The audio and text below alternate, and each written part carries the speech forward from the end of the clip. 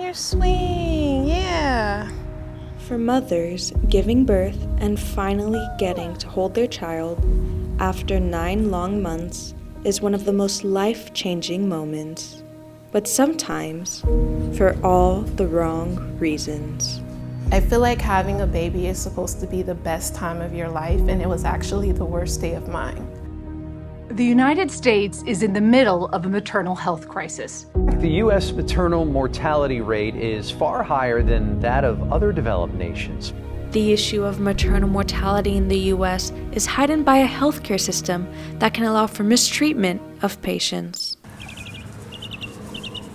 Brooke Mansa had planned a water birth with her doula and midwife. At 39 weeks, her high blood pressure, a sign of preeclampsia, changed her plans.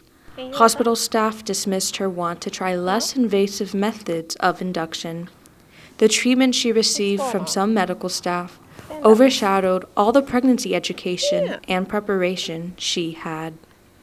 I was terrified the entire time. I was scared. I was questioning myself, like maybe I shouldn't ask any questions. Maybe I shouldn't ask for medication. I felt, I was like, am I doing the right thing? The fact that people was constantly telling me that I was selfish, I was gonna die, my baby was gonna die, it just put me in a very negative place. And how baby rotates. Her doula, Kamaya Harris, supported her in navigating through the process. She educated Brooke on the procedures that were being done, while Brooke felt annoyance from the medical staff. Medical professionals, I don't think they're necessarily trained in like listening. They have a job that needs to get done.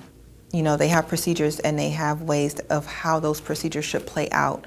So any interruption in those procedures, is kind of messing up the things that they need to do or that they're supposed to do to their job. They're not really trained to actually listen to the patient. Kamaya strongly believes in a mother's instinct.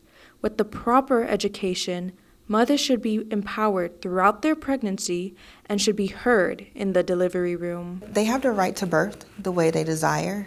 They have the right to choose any medical procedure that's done to them. And they have the right to say what happens to their babies and the medical procedures that are done to them as well. Claire's grin was wider than a mile today. Jessica Smith, another client of Kamaya's, delivered her baby last year.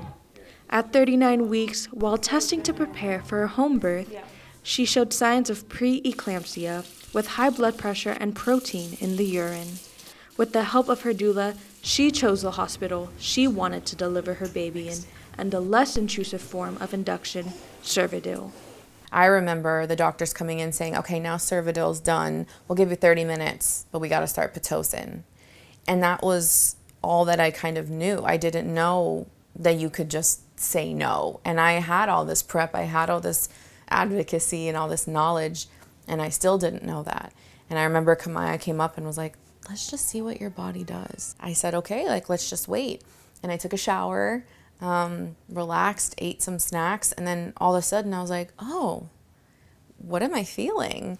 And it was the beginning stages of labor. And I didn't need the Pitocin to kind of make my body go into labor. Your body's gonna do what it needs to do on its own, most of the time. Jessica is just one of the women Kamaya accompanied during pregnancy in her 20 years of practice. She has witnessed the racial disparities in the maternal mortality crisis in the U.S., regardless of economic and education status. Black women make up 50% of maternal deaths, even though the leading causes are similar for Black and white women. Breathe in together into our bellies, all the way down to Jamar Amani is a licensed midwife and the executive director of Southern Birth Justice Network. She honors the history of midwifery and the Black, Indigenous, and immigrant women behind better childbirth outcomes. It wasn't until the 1900s that harmful campaigns and discriminatory laws were launched that made it difficult for women of color to continue the practice. In 1921, when the Shepard-Towner Act passed, it required a nursing degree. Again, Black people could not go to nursing school because of segregation. They would not admit them to nursing school. And so what we have today as a result of that is a midwife workforce that consists of only 5 to 7 30% of Black people. You can draw a through line from the decimation of that to the rise of maternal and infant mortality. Having a culturally matched provider, someone who respects your rights and your dignity, someone who offers you options that match your values, is paramount to the outcomes. Systemic racism in medicine has resulted in higher rates of Black maternal and infant mortality, according to the National Institute of Health. To combat this, Amani created the Birthing Bill of Rights and trains medical experts on providing empathetic care to minimize these disparities. 30% of Black birthing people report being abused while giving birth. 30%.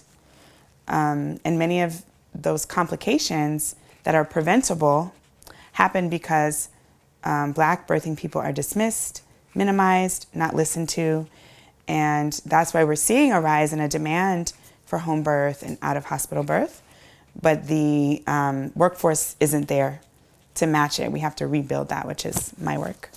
Knowledge on postpartum is critical to protecting mothers and birthing persons. 65% of U.S. pregnancy-related deaths occur during the postpartum period. Postpartum is a sacred time. It is also a really fragile time for the body. When you look around the world, there are so many postpartum traditions and rituals, which often involve feeding the mother nourishing foods, wrapping her body to stay warm, making sure she stays in bed, having the baby close and naked to bond. So if I have to come apart to give birth and there's nobody to put me back together, and I don't know how to do it for myself because I never learned that, then I'm just apart. I'm just like a broken person. And there are women, if you talk to them, who years after they gave birth will say, I feel like I never healed. Zenobia Williams experienced cervical weakness, a condition that can lead to premature birth or miscarriage. Zenobia needed to be on bed rest for the last 3 months of her pregnancy.